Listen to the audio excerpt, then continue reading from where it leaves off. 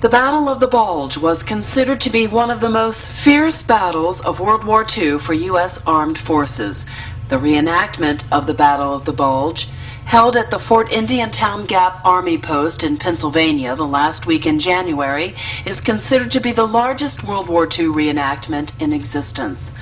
Reenactors would be considered politically incorrect in Germany today, yet there are former German soldiers, including SS, participating in today's reenactment. After we speak with a few of the reenactors themselves, we will join one of the units of the German infantry, and then we will hear some true war stories from survivors of the Battle of the Bulge.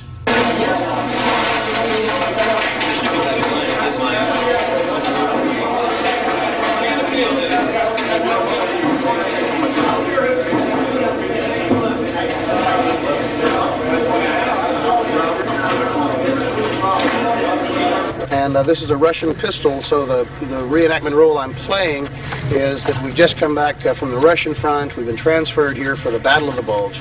And again, as long as you take it, as we're just here to have some fun and play 10-year-old, it's really great. Do some people get overly serious? Yes, some people do.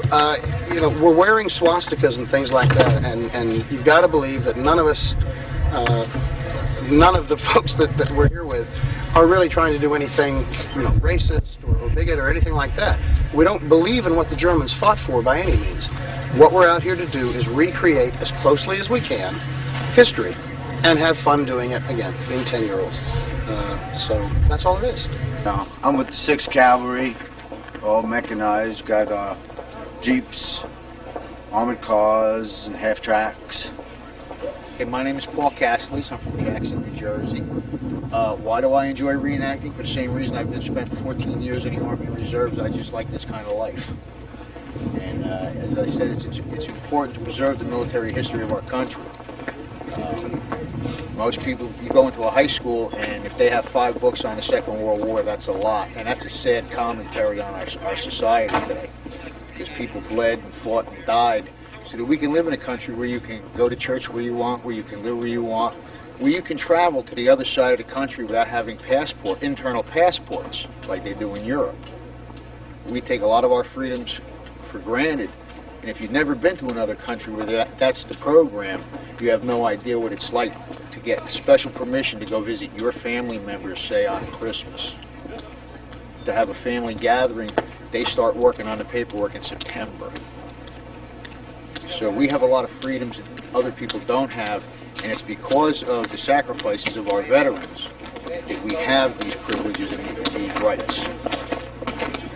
My name is Ted Capus. I am from northeastern Pennsylvania, Hazleton to be exact. I am an Air Force brat. I have been obsessed with military history since I was a child, building models all the way through, watching documentaries. I think reenacting is very special and very, it's crucial because military history, as far as reenacting goes, is in all aspects, is from like Revolutionary War, Civil War, World War I, World War II, even Vietnam era. I think it's very important. My name is Bill Bethke. I'm from Sterling, Virginia, and I'm the company commander for the Welsh in the Welsh Guards of Company F this weekend. This weekend is the particular event called Battle of the Bulge. I'm going to say as well, gee, that's an American event. Not entirely. British forces under Montgomery came down from the north to actually support the American offensive from the south under Patton. So there were British troops at Battle of the Bulge. My name's Mike Blazejek. I'm from Sandwich, Illinois, and I'm a member of the 1st Polish Independent Parachute Brigade. Could you tell us a little bit about their role during the war? Okay, we're probably the smallest reenactment unit out here. Most of us are Polish or of Polish descent. The reason that most of us got into living history is that the fact that Poland seems to be neglected and overlooked by the West for their contributions during the war. There's a fallacy that took place that after Poland was overrun in the 4 weeks that started the war, that Poland just surrendered and collapsed, and that's the farthest thing from the truth. By the time that the war ended, the Polish contingent was the 4th largest Allied contingent in the field. The government of Poland never signed a document of surrender and never capitulated, and because of that, they suffered the most out of all the Allied countries that fought during the Second World War. It was not uncommon on the fronts, on all fronts, that when German and Polish troops came into contact, there was very little surrender because it was a very vicious and cruel fight for the two countries. There's no love lost.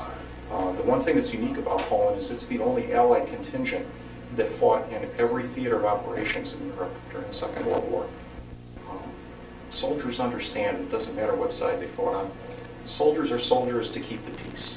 They don't like to fight. They're the last people who want to go out and fight. Death is indiscriminate. Pain is indiscriminate. And years afterwards, you will find that they are more friends and comrades than they are enemies. So women in combat were very much involved in Russia. You had women commanders, women tank commanders, women infantry commanders. They made the best snipers. They were much more aggressive as individuals than the men are in the same situations. And we never talk about the horrors and losses that the Russians lost in World War II. They went over 20 million? Yes, 20 million. 20 million in combat. We're not talking from Civilian casualties. for it. But we never talk about it here in the West. We always know as they were the Red Scourge.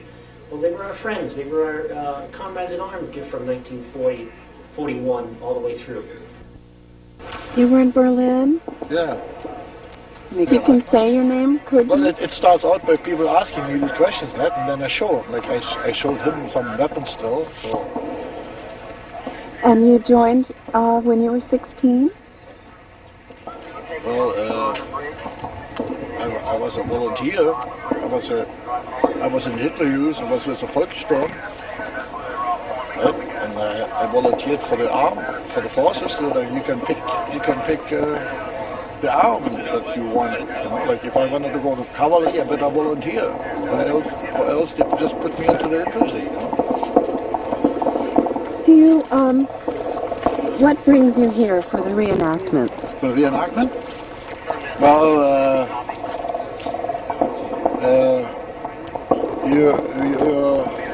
you're generous hosts, you know. I mean, you have open mind to let me do these crazy things. You know? I mean, it's politically not correct what we do.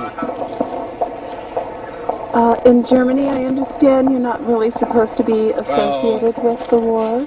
Well, the Germans, they always do things right. And the more effort they put in, the less chance you have to convince them that they're wrong. Right? So whatever it is, you know, like when the Americans came in, they told them how good freedom is. And they said, "Oh, no kidding. Okay." They put the effort in and tried to be American, you know. And they went so far, they were more American than Americans. You know, like, action that I see in the war. Yes.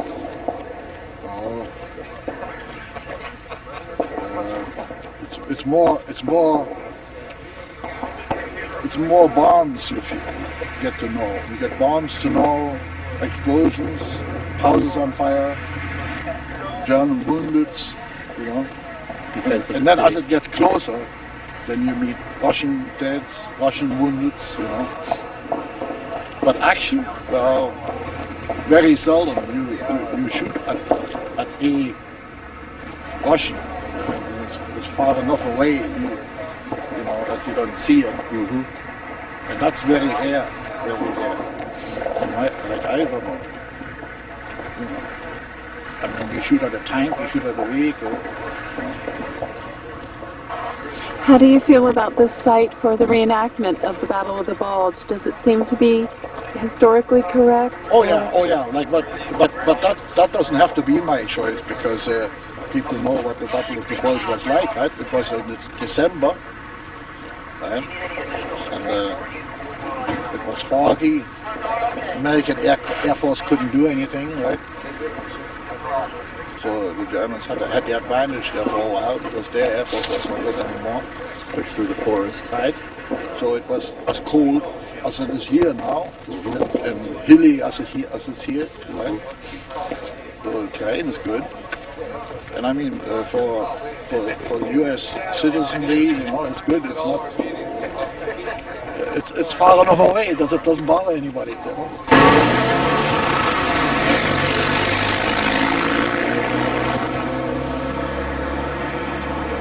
right, press.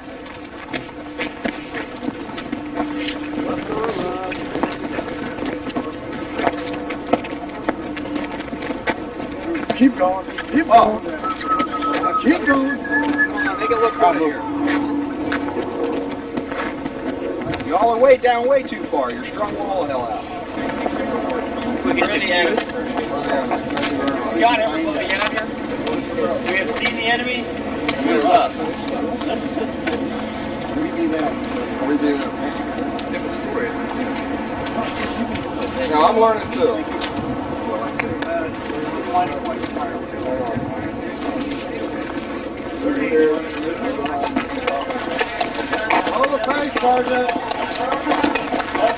My name's Jack Kelly. The group that we're with right now is the 136th Battalion of the 2nd Mountain Division. So in German we're Gebirgsjägers, and we reenact the Bulge just about every year. But we're from all over the East Coast. A lot of the guys do Civil War. In fact, most of the people in this hobby come out of the Civil War and then just start doing World War II. Some people say because we get to play with automatic weapons.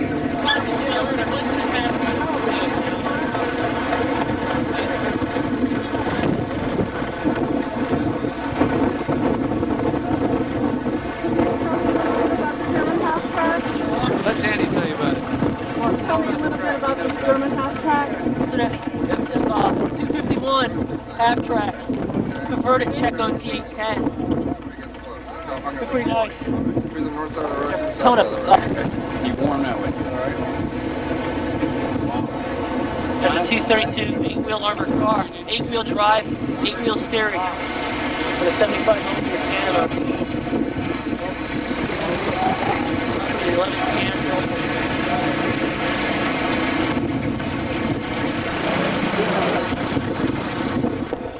Well, I'm the overall Axis commander, which means all the German are under my command here today. And the opposing army is a Major Martin, who's the overall commander of the Allied army. And that's what's happening here today. I understand that you actually were in the war in the German army. Yes, Could I was. you talk a little bit about what that was like? Well, like today, it's actually a little warm today. But yesterday, was a very cold day. It was similar day in in Russia. And when I spent some time in Russia in 1944, it was also, well, similar. Like I said, like today. How old were you when you joined the war? Oh, I was a volunteer and I was 17. And you spoke earlier about at the present time it's politically incorrect to be talking about it. Well, perhaps not in this country here, but having been, or having, I was born in Germany. I served in the German armed forces during the war, and Germany also lost the war. And the loser is always the one that has to obey by the victor's rules and regulations. In other words, today Germany, for example, should not do things like what we do here. Not glorify war. Well, we're not glorifying it. We're just reenacting history. That's actually what it is. Now, it's hardly possible in Germany to do that. And I know I go frequently to Germany, and I have some of my old comrades that I served with during the war, and we meet. When I tell them what is happening here, in disbelief, they look at me and say, it's never going to happen. And they're wrong. It's happening right here, right now. But it would not be possible in Germany because it would be politically incorrect, as I said. How do you feel about reenacting the Battle of the Bulge? Well, I personally have not been in the Battle of the Bulge because by that time, which was the end of 1944, I was fortunately or unfortunately already a guest of the British King, which means I was a prisoner of war. How do I feel? I feel this is, well, it's bringing you bad memories now at an older age. Hopefully I'm a little wiser than then. And since it is play acting, I don't mind at all. I enjoy it. Do you have any messages that you would like to give to school children worldwide about war or? Well, the only message that I have is, as a matter of fact, I do, or we do, I belong to a reenacting group in Phoenix, Arizona. And we have, we give lectures in school sometime. And we usually go one commander of each unit. We have a British, a German, two German, a British, and a U.S. unit. And the commanders do go to school and answer questions of school children, but most school children don't know anything about World War II, especially in Germany. They don't even teach it. In the United States, it's a little different. They do know a little about it, but what they do now is, well, very limited, and even the teachers are ill-informed of what really happened 50 years ago. And I, for one, like to put that straight, because even the outgoing President Nixon in this country said, history depends on who writes it.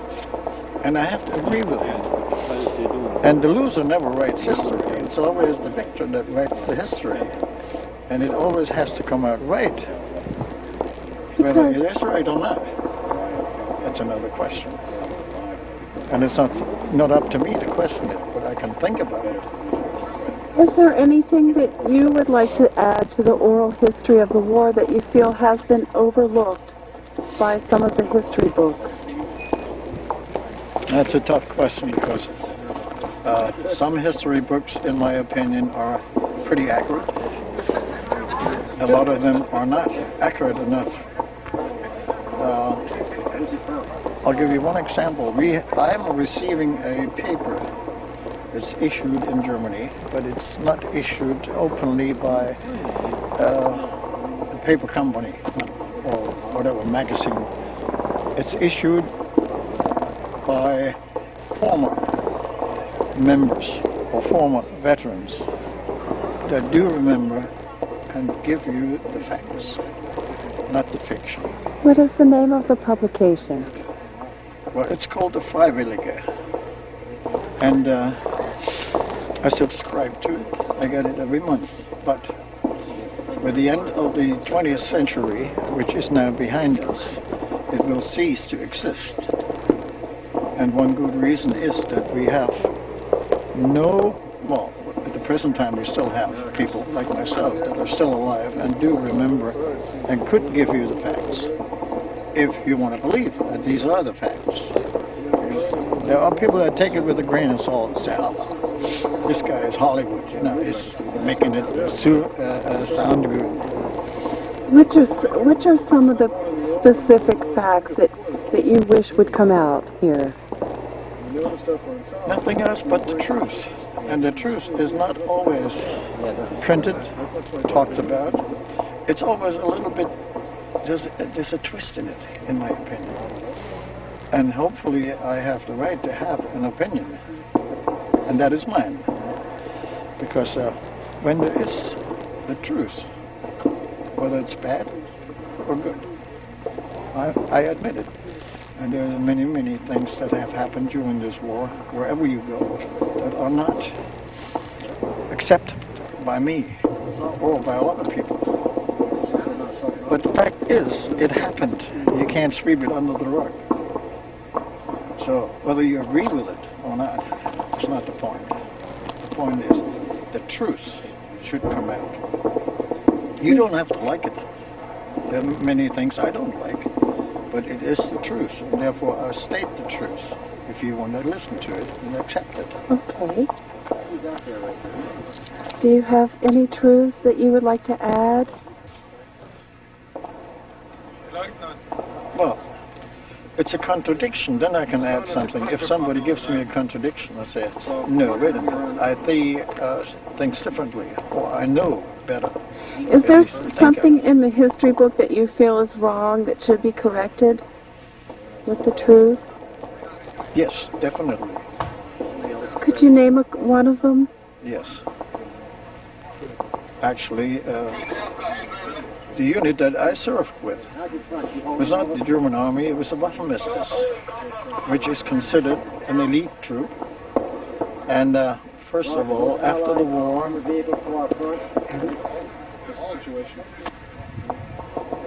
excuse me. I don't recognize the There's two M36s here, sir.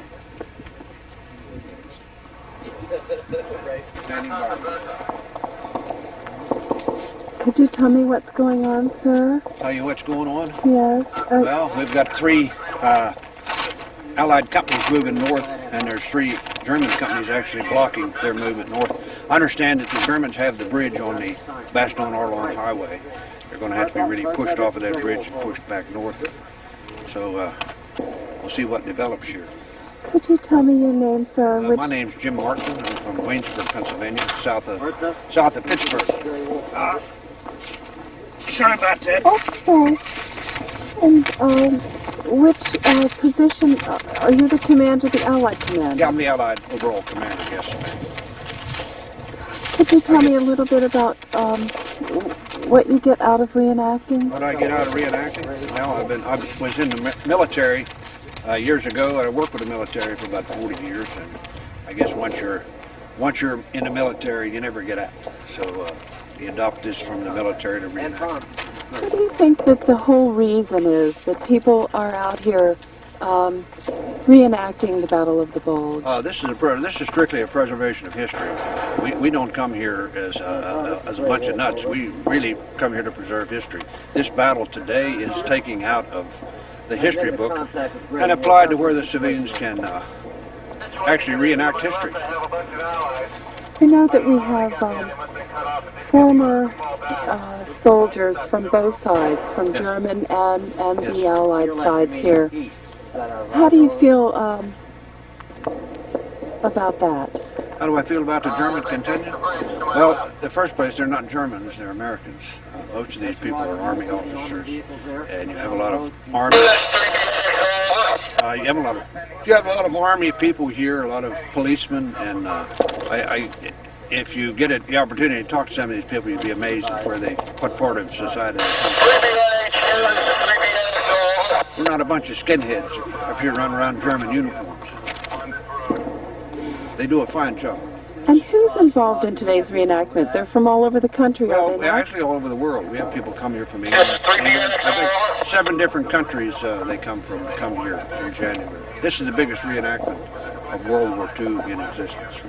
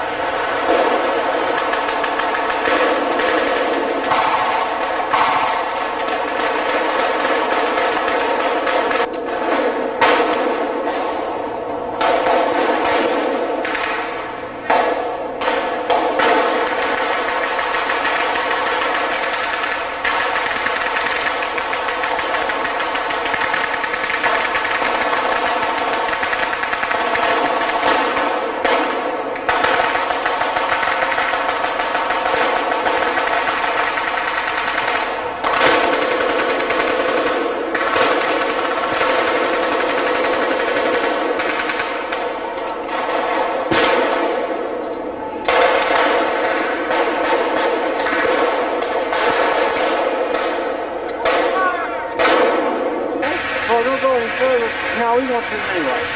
I'll take off the off and see what's going on. Please go, Phil. Oh, wait, we got a truck coming up. Watch you guys. Carlos! Look, it's great to leave on you.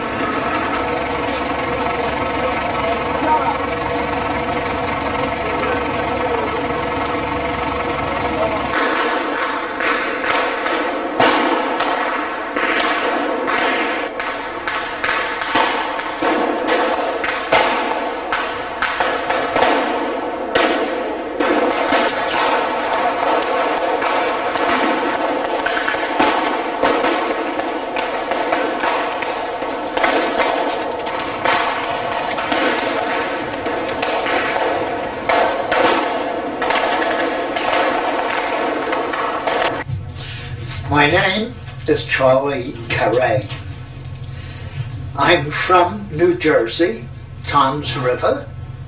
Happen to be born in Brittany, France, but came to this country at a rather early age. But back to the war. I was in Wales in November '43, where I joined the 28th Infantry Division, the division who uses Indiantown Gap, where we're presently having this interview, as its base. And we were one of the 4 divisions, according to the information I received, that was trained as an amphibious division for the invasion of France. But we were not utilized on D-Day because we were trying to, according to history, create a diversion. So we were trying to mislead the Axis powers into thinking that there was another area where the American forces would be landing in force. So we did not actually crossed the channel until the Battle of St. Lo. And this is where we came in and joined up with the 29th and other divisions. The first night in battle was probably one of the worst nights of my Army career, simply because it was the night where every man in my section was wounded or lost arms, legs, and broken backs. And that particular night was a night when the battery, 108th B Battery, to which I was assigned, suffered probably the greatest damage through the entire war. From there we went through all major campaigns, northern France. We were fortunate enough to be the American division selected to go through Paris on the 29th of August after it was captured by the forces. And then this was actually a ploy too, because we continued after parading through Paris and going on to Compiègne and to Soissons, where the battle continued until we reached the German border, where we were the first division to cross the river in strength, which was September 15th, 1944. We naturally were called back because after that additional battles took place on the Belgium and French side of the river. The next major battle that we were involved in, a battle that was probably termed as one of the most difficult, the toughest battles of the European campaign, was the Battle of Hürtgen Forest, which took place in November. As to what objective there was, we had no idea, according to the many books I've written on the subject, but it was just to control the Ruhr dams. This battle here cost the 28th Division 6,700 casualties. A division, a triangular division, is composed of 15,000 men. So you can actually visualize the impact that 6,700 casualties would have. We were not able to attain our objective, but the 8th Infantry Division came in with fresh troops, and they took our place. And because of the excessive casualties, we were shipped down into what they called a quiet sector. This quiet sector was Luxembourg. You've heard others talk about Elsenborn and the other towns. We were sent down as a division. Recall, we had 6,700 casualties in Hürtgen Forest. That means that during this particular period of time, we had to get all these replacements in so that we could come back to the full strength of a regular division. And this we were supposed to do in the area that encompassed about 27 miles of front line. But this was considered a quiet front. Now, we were up in an area of Hürtgen Forest, which is practically facing a town called Munchau in Germany. During my time in the Army, I had been in several jobs. While I was in Wales, I was a wireman. When I landed in Normandy, I was a machine gunner and a bazooka man attached to the 5th section, which is the ammunition section. So I had this exposure until I got to Paris, where I became involved in some other activities, and I was sentenced to the guns where I became a cannoneer. The guns were 155 millimeter guns. Now, when we left Hürtgen Forest, I was reassigned to the BC party, which is the Battery Commander's Party. I assume that everyone knows that part of his job is to plan beforehand the next position that his guns will move into. And he secures this territory where his guns are going to be positioned by taking along someone who will guard this particular area from tanks or another artillery battalion or field outfit from coming in. I was picked again, having been born in France, speaking French, and being in a country that spoke French, which was Luxembourg. So I went as advanced detail to this area known as the Quiet Front, which was a town called Gilgen, just outside of Diekerk in Luxembourg. I was left there alone for the next 2 days before the 108th was brought up onto these particular slopes of Gilgen, which were in the front of a town called Bastendorf.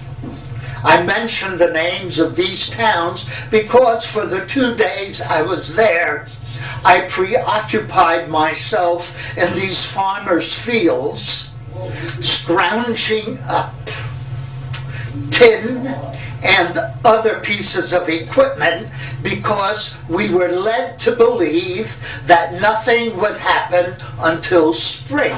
And this was the beginning of December. So I was preparing myself to get a good shelter together to make the winter months as comfortable as possible. The following days, the outfit came in, and little did I know, the morning of December 16, at about 5:20 in the morning, as I was awakened by shells coming in, because I happened to be sleeping, contrary to all good orders, in the ammunition pit. Why? Because since I was on the guns, and since I had had experience in the ammunition section, I was assigned to the ammunition pit of our particular gun. And since I had been there for several days prior to my outfit coming to this particular position, I had had time to dig myself a sizable foxhole and also to cover it with these sheets of tin. This metal that I had taken from the shepherd's shanties up on the sides of the hills during the days prior to our move in. So that morning, when the shells came in, I was not only awakened by the sound, but also by the brightness, the fire, since the shells that had come in were white phosphorus. White phosphorus, as you know, we were led to believe these were illegal because they can destroy not only with shrapnel, but also with the intense heat. The shrapnel becomes red hot. Well, this was the start of the Bulge. Little did we know at the time, because you've heard other people comment to you, that we had been led to believe this was a rest area. We were led to believe that we would be recuperating in this particular section of the country. But little did we know that the Germans had been clandestinely gathering forces, hundreds of thousands. I understand they exceeded 300,000 at the time, with all accompanying armored forces and so forth. The Bulge started just like every other little battle. Well, the following day, the battle continued. The artillery exchanges, and as you know, the 155 millimeter howitzers are guns different from the others because they are separate loading. By that I mean you must put in the shell and then you put in the proper charge of gunpowder so that that projectile will go a specific distance.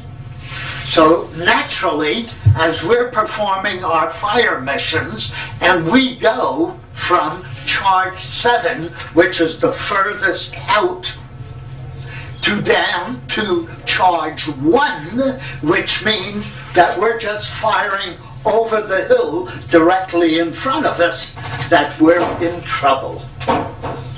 And as we would look to the right and to the left where the other gun positions were, and we would see them come under fire from the German infantry and being attacked by the tanks, we knew that we were in trouble. So what they did in my B battery was we took all the machine guns and we nominated the ones that were familiar with them to go up and double up with the machine gunners that had been at their particular posts. And this is what I was assigned to do. Having been a machine gunner when I first came into Normandy, I was also put into service as a machine gunner during the Battle of the Bulge and moved up to the hill facing Bastendorf at least for the next day and a half. Our guns moved out, and they moved out a strategic retreat, as they called it, but we were running backwards, kind of, and we were going back to safer territory.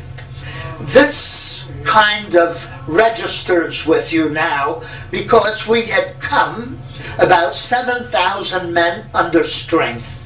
And during the period, we were getting our replacement troops. These replacement troops were not conditioned or seasoned Army ground troops, but they were fellows that had come out of ASTP, the Air Force, and so on, that had been sent up to fill up the ranks because they found that we were in dire straits, and this was an emergency situation. But as we moved up, and we were still 12 to 20 miles in front of Bastogne, not behind Bastogne. And it was at this particular time that they were bringing in the airborne troops to defend this strategic point, was while the 109th team, 109th Infantry, with which the 108th was attached, and the others, the 110th and the 112th Infantry, were taking their knots. Before we were finally withdrawn about to the positions of Sedan and Chevreuse, France, we had lost another 7,000 men. So in a period of 2 months, the 28th had suffered 14,000 casualties approximately. The Battle of the Bulge did not end until Patton and his troops came in, and we were relieved by the 4th Armored Division, and we were then subsequently sent down to the Vosges pocket, and we were then instrumental in relieving Colmar, which is another story.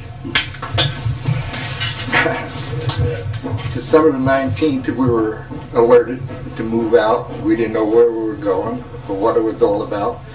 And in the afternoon of the 19th, we got on trucks and we rode all night and all day until we got to the city of Metz, and we picked up replacements.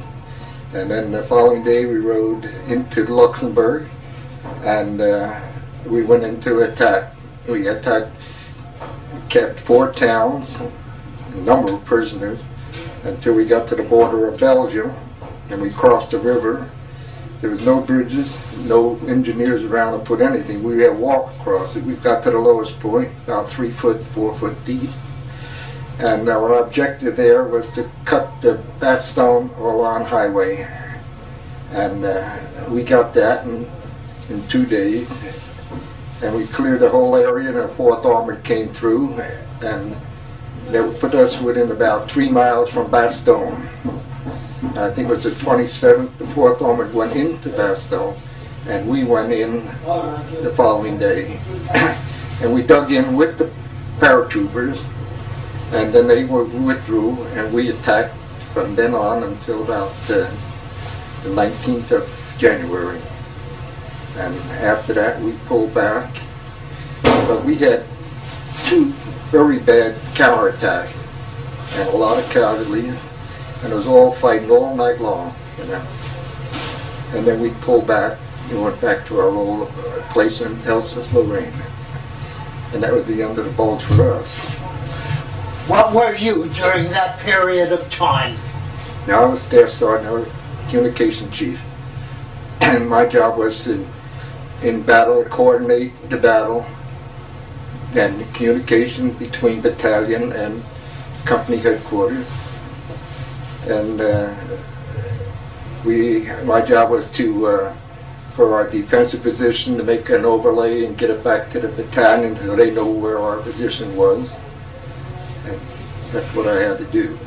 Was it a huge amount of confusion for us, it was when when we got to within 2 miles of Bastogne, the 4th Army took off and they went in.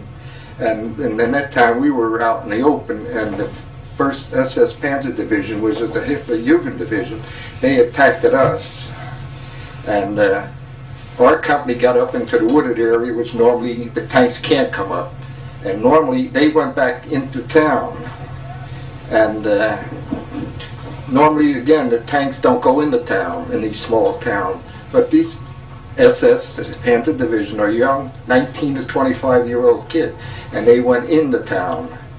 And they blew holes in the cellars. And the Panzer Grenadiers went in there with flamethrowers. So the following day we were ordered to go in and find out what happened. We found no one. This is the 137th Infantry Division of the 35th Division. And we didn't find it. When the people, or rather prisoners we got the following day, we asked them, and they said the only thing they could say is that they probably took them back for prisoners. When you say a company, normally it's 200 men. But up there, where there's only 60 men would make a company, is, you know, after the casualties.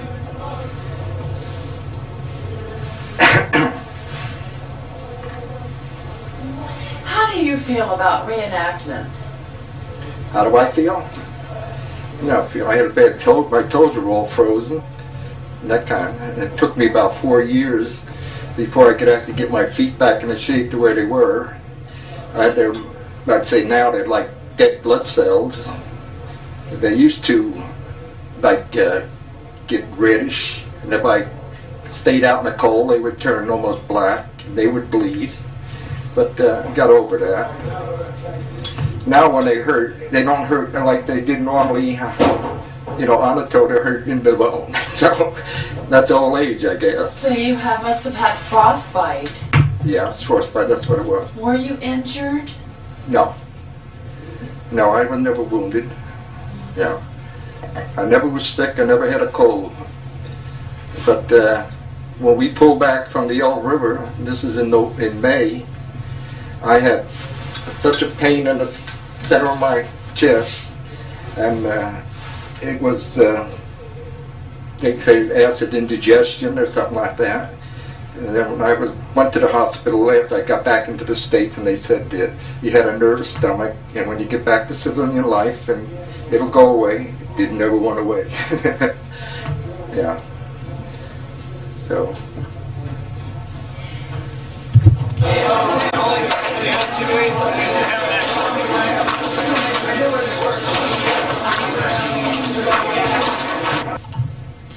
Stan Watuzik? Yes, I did. Do you mind spelling it? The spelling of my name is W-O-J-T-U-S-I-K. And could you talk a little bit about, were you in the Battle of the Bulge? Yes, I was in the Battle of Bulge. Could you describe the battle from your viewpoint? Could you talk a little bit about it just from your personal experience? Yeah, the personal experience that I have concerning the Battle of Bulge, I guess would have to say, number one, that I was with the 106th Infantry Division, and it was that division that took the brunt and the initial thrust of the German attack on December the 16th of 1944. And I was with the 426th Infantry Regiment, and at the time of the attack by the Germans at 5:30 in the morning, we were in our outpost. There were 4 of us in there. It was a dug-in trench that was we inherited from the 2nd Indian Division, who we relieved, who did an outstanding job and fought their way up from Normandy all the way into the Bulge area, and they sort of had enough of combat and were sent back for a little rest and recreation. So when the Germans attacked, we were really surprised, because we were told that this was to be a quiet sector. It was a place to get sort of acclimated for war, as far as shooting at one another and know who your enemy was and what his capabilities would be. So at that time and place on December the 16th of 1944, when the Germans attacked, we picked the telephone up and called our command post to find out what was going on, and the sergeant that did the calling on the telephone said that what they understand right now, it's just a brief skirmish taking place between the frontline troops as well as the Germans on our left and right, and as well as in front of us. At this stage we saw everything sort of coming out of the wooded area towards us, Tiger tanks followed by infantry, and we picked the telephone up another 10 minutes and we said, this doesn't look like a skirmish, this looks like they're really out to come and get us out of here. And at that point we were told to stand put and don't pull back until we tell you to pull back. So of course there was very little that we could do with the German Tiger tanks that were approaching us, but we did raise holy hell with the infantry that were sort of flanking the tanks, and then the other outposts on our left and right were sort of cross-firing, and they took a heavy toll with their infantry. They were really getting, but as far as doing anything to those tanks, it was just like shooting a BB gun off a stone wall that would just bounce off and do nothing concerning holding that tank back.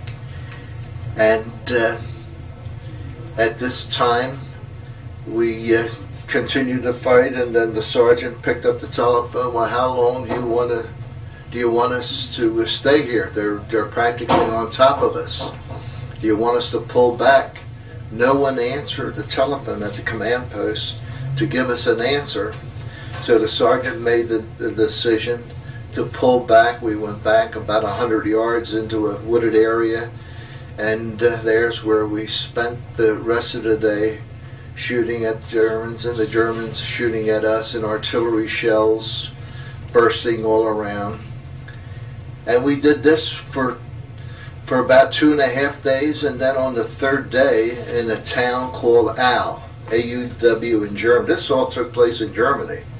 This was not in the Belgium country. We were occupying a position in Germany at the time. So I guess when the Germans attacked, they wanted to eliminate any foreign troops that were occupying their country. So at this point, a whistle blew down the line. It was the shrieking of whistles, and the command came down the line, cease firing, cease firing, and out of the wooded area came 3 German medics with large vests on and a red cross on it. They looked like Roman crusaders with these vests on, and they came over and they wanted to speak to the American officers. And what I understand that took place there, I wasn't there at the time, they were negotiating the surrender, but apparently the American officers said, no, we're not going to surrender, and they didn't on that third day. And I believe this was somewhere around December the 19th that I understand that this offer to surrender was to take place. But that night, when the Germans were turned down to surrender, the German artillery really peppered the entire area like it was a sewing machine, and that's how those artillery shells were dropping all around. Casualties were high. The following morning at daylight, the whistles blew again, and the ceasefire sounded down the line, cease firing, and the Germans came out this time with about twice as many as medics and a few more officers, and they came in and they spoke to the American officers, telling them, asking us to surrender, otherwise they were going to annihilate everyone in that area. So before you know it, they were still there, and the American officers, I understand, went off to one side, and they decided there was no way of getting out of this trap. The Germans had trapped us, and they were going to surrender the following day. But before the Bulge really started, we were out on a patrol. I guess it had to be somewhere around December the 15th, and we had known some of the side road. We were out on a patrol for the second or third time at that point on the 15th of December, and we knew that there was a gap, an opening that you could get through. And I said to the corporal friend of mine and two other, I think we can get out of here if we go back the way we were working our way through on that patrol. And the other fella said, yeah, I think we could do this. So we took off, four of us. We got out of the trap, and we did. We succeeded in getting out of the entrapment, but we came out on a roadway the following morning, and we spotted a German tank with all the occupants of that German tank at a fire, drying out their shoes and stockings. So we shot them all up and killed them all, but we didn't know if anyone was in that the tank. So to play it safe, we dropped the hand grenade in there to make sure that no one spotted us and started to machine gun us as we were leaving that area. And we sort of got away, and we did most of our walking, and we had a town in mind to get to, and that would be Elsenborn. If we can get to Elsenborn, we'd probably catch up with the American lines. And in this case, the following day, we were doing the same things as we spotted the Germans doing, drying their socks and shoes out with a little fire to keep warm. And then it started to snow that night, just some flurries. And before you know it, there was a patrol that came from our left, and one right directly towards us, and they were shooting at us, and of course, thank God they missed us, and we had no choice but to say, so we surrendered.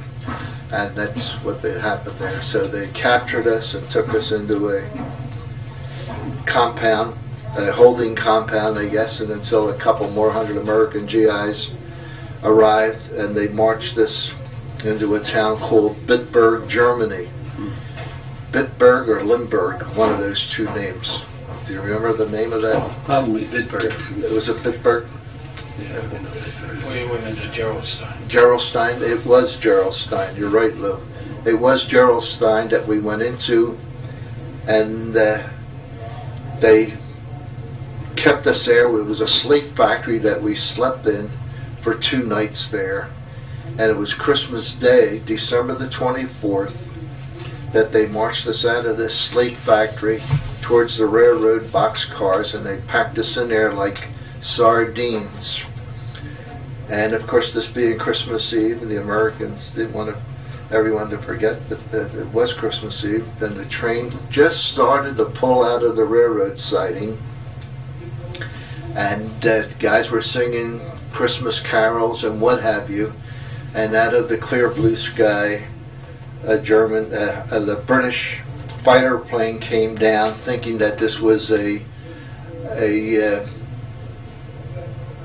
supply train with the troops in it and supplies, and they strafed. Every boxcar was hit except the boxcar that I was in. So someone up there was looking out for me.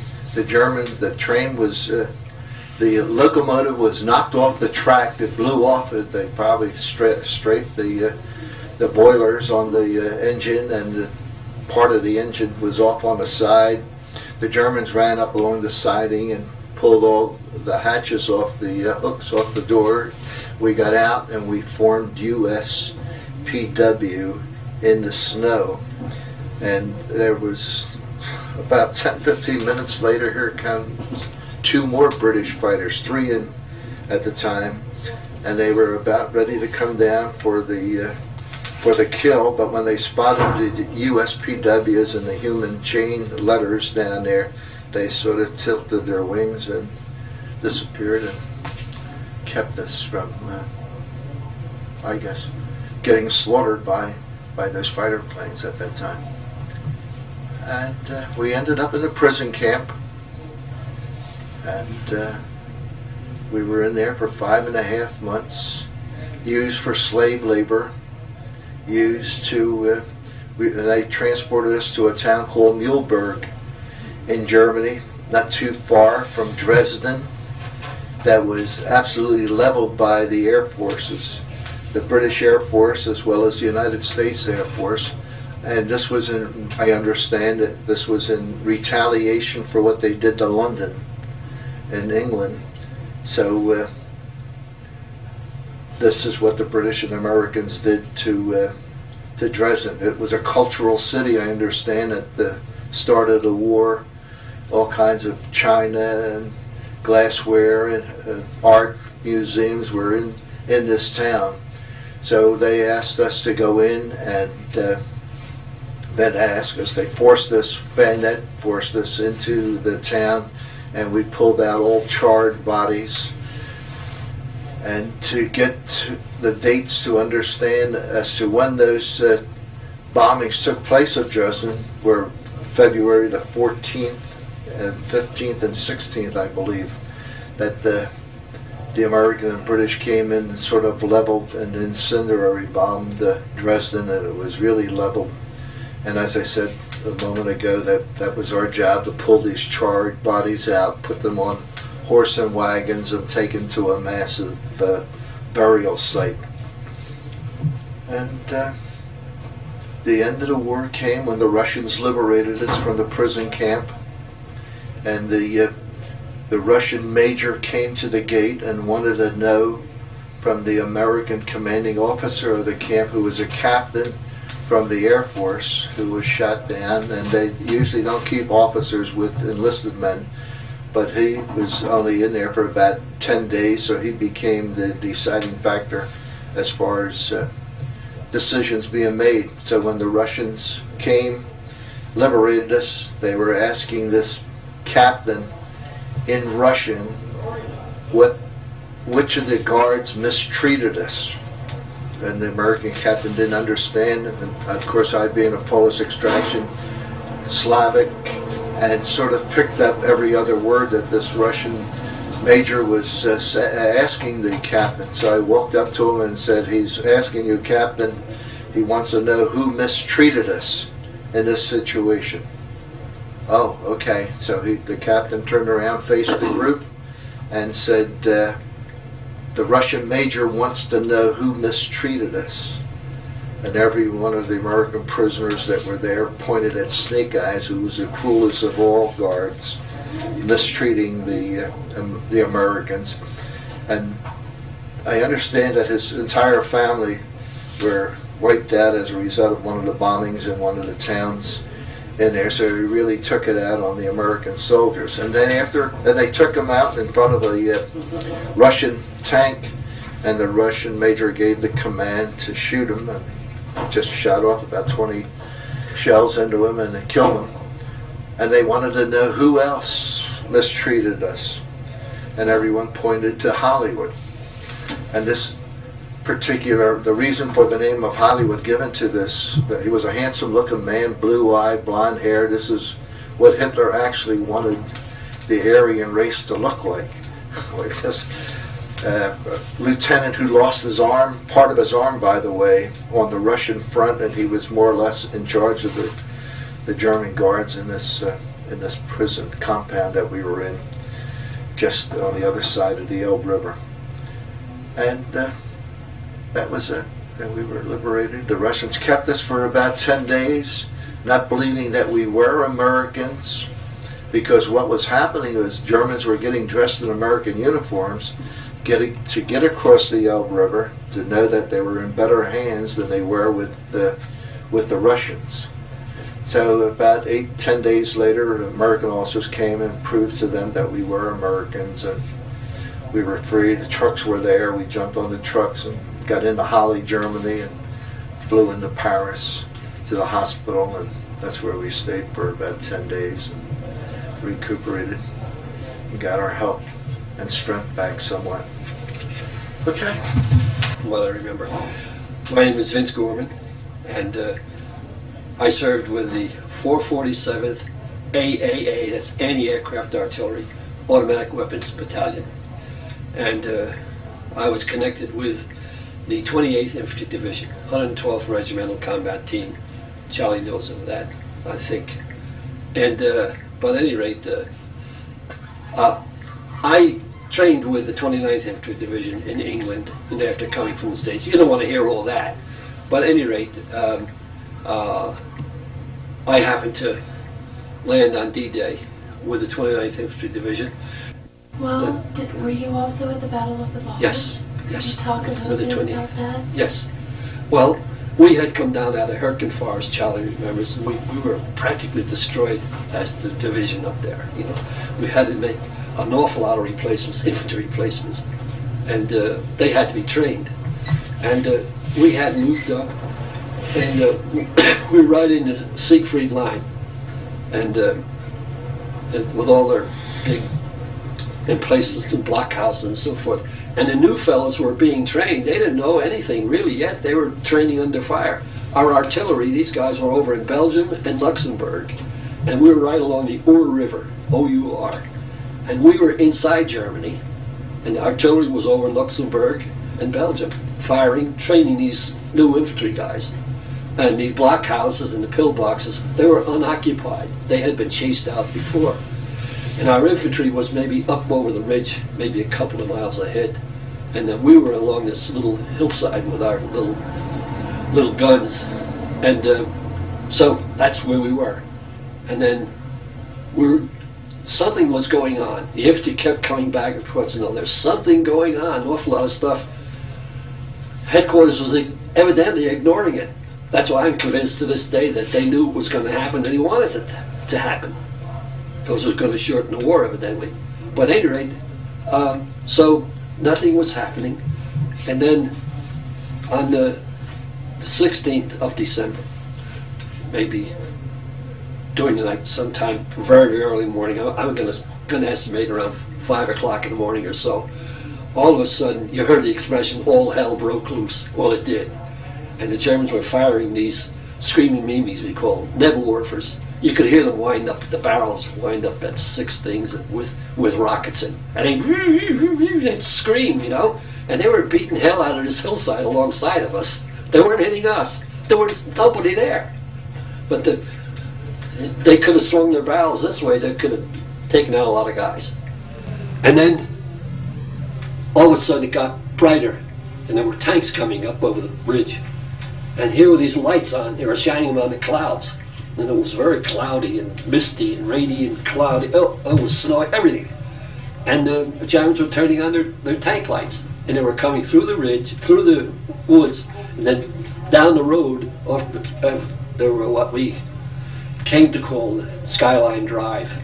And they were coming down this way. And there was a lot of stuff going on up the river from us. And because I remember saying, boy, somebody's catching hell up there. And one guy said to me, what about us? Because they were getting it too. And that's where the 106th Division was. They were up on our flank. The 99th Infantry Division, which was a new division also. And there was a cavalry, recon cavalry outfit. I always remember them because this one fella who was an officer in that group was the brother of a good friend of mine. And they were really catching hell. But because I talked to him about it after the war, and he mentioned places which I was familiar with. And we thought that the Germans were coming down this road to cut us off because there was a little bridge over the river, maybe just down from us a little bit. And we had to get across that bridge and get over on the road if we were going to retreat and get out of there. And so that didn't happen. We were convinced they were coming after us. But what did they want us for? What they were doing was they'd come up over the ridge and we'd see them coming, and then we wouldn't see them anymore. And then they were turning this way, going back toward our division headquarters at Wiltz in Luxembourg. And so we stayed. I can remember taking a bazooka. Our sergeant asked us to take this bazooka and get down along the river. I never fired a bazooka, not to this day. And so another guy, Pelletier, his name was Corporal Pelletier. And I said, come on, Pell. So we went down. I said, do you know how to fire this thing? He says, no, I don't know anything about it. I said, how the hell do you load one of these things? He said, I'll load it. So I had a little rocket like that. I put it in the top of this thing, and it was like a sight on it. And so the trigger was like a Mickey Mouse affair. And I was going to be the gunner, you know. And we waited. And this road alongside the river came down. There was a little bit of a outcropping along the bluffs, and the tanks would have to come around that way. So I sighted on that, you know, and I can remember saying to Pelletier, I said, you know, we're crazy. I said, assuming that I hit this damn thing, which is doubtful, I said, what are we going to do then? I said, there'd be infantry all over this hill, you know, which would have been true. But then we got the march order from Sergeant that we load up. We scrambled up that hill, and I was glad to get out of there. And we wound up on the other side and made our way toward St. Vith. And we, going through there, we got through there somewhere in the middle of the night, and it was, pandemonium. There were MPs blinking with their flashlights and hollering and shouting and screaming, vehicles coming from every direction. And they were trying to set up a defense line, which was all it was. And they get you off the road and they dig in someplace. And we had there was one regiment from the 106th Division which escaped. The 106th got a bad name, really. The worst group of surrenders that we ever had in the Army, I guess. But it wasn't their fault. They were brand new. That's another story. But at any rate, we dug in and we held there till maybe the next day. And then we had to get out of there because everybody was retreating, you know, which we weren't used to. And trying to find your way. We had our one of our regiments, I think it was 109th, was in Bastogne. We wound up to really wind this thing up. We wound up around I forget the name of the place now, and along the we called it Hughes River. They called it the Meuse River, and that's as far as we went. We stopped there, and there's a lot more, but that's enough. My name is Ralph Palaia. It's spelled P-A-L-A-I-A.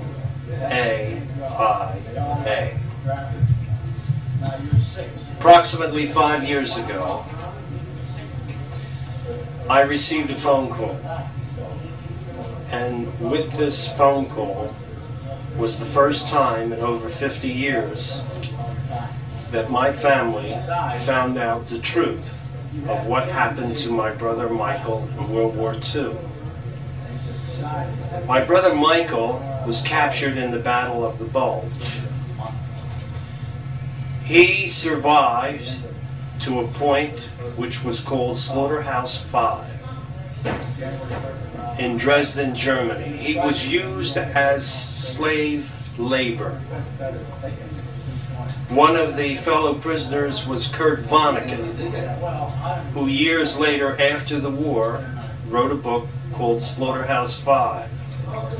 And in it he writes a surreal version of what happened to those prisoners. However, it wasn't the truth of really what happened to my brother. My brother Michael was executed by the German SS. He was executed for removing a jar of string beans. In order to comprehend exactly what this is all about, when you steal a jar of string beans and you're executed for it.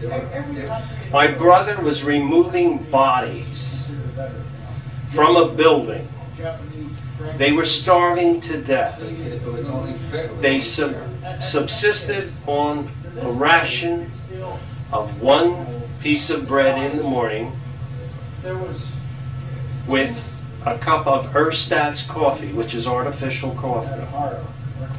They worked 12 hours, 13, 14 hours a day, received another cup of coffee or soup made from garbage, and another piece of sawdust bread. That term may not be familiar to you, but sawdust bread is actually, it's called sawdust flour by the Germans, but it's still sawdust. Plain, ordinary sawdust made into black bread. And this is how they lived. Besides working all those hours, each and every day, removing bodies, they never washed. They had no soap. The only form of washing after handling these dead bodies for months at a time was to dip their hands in lime water. This was the only thing that kept them from coming down with some sort of contagious disease, lime water. Under the circumstances, if you realized maybe that you didn't take a bath for months, and you still had your clothes and you had no heat, you had nothing but the clothes that you were captured with on your back, and that was all you had to survive. Under those circumstances, any boy who is a growing boy of 18, 19, 20 years old is a boy that is always hungry, a boy that always wants to eat. And after my brother was killed by the Germans, executed in this camp called Gorbetz, which is in the outskirts of Dresden, after he was killed, the other prisoners were frightened and fearful of stealing anything in order to eat or take anything that was salvageable and could be eaten out of these buildings when they were removing bodies. However, hunger took its toll on these men. After another 2 or 3 more days of starvation, they started to steal food all over again wherever they could find it in order to survive. Many of the men, when finally released from prison camp, got to a point where they weighed 80, 90 pounds, literally starving to death. It is unfortunate that this is the price of war. This is man's inhumanity to man. But this is war. And I'm grateful for the opportunity to tell this little vignette of Michael D. Pillay, my brother. There was a guy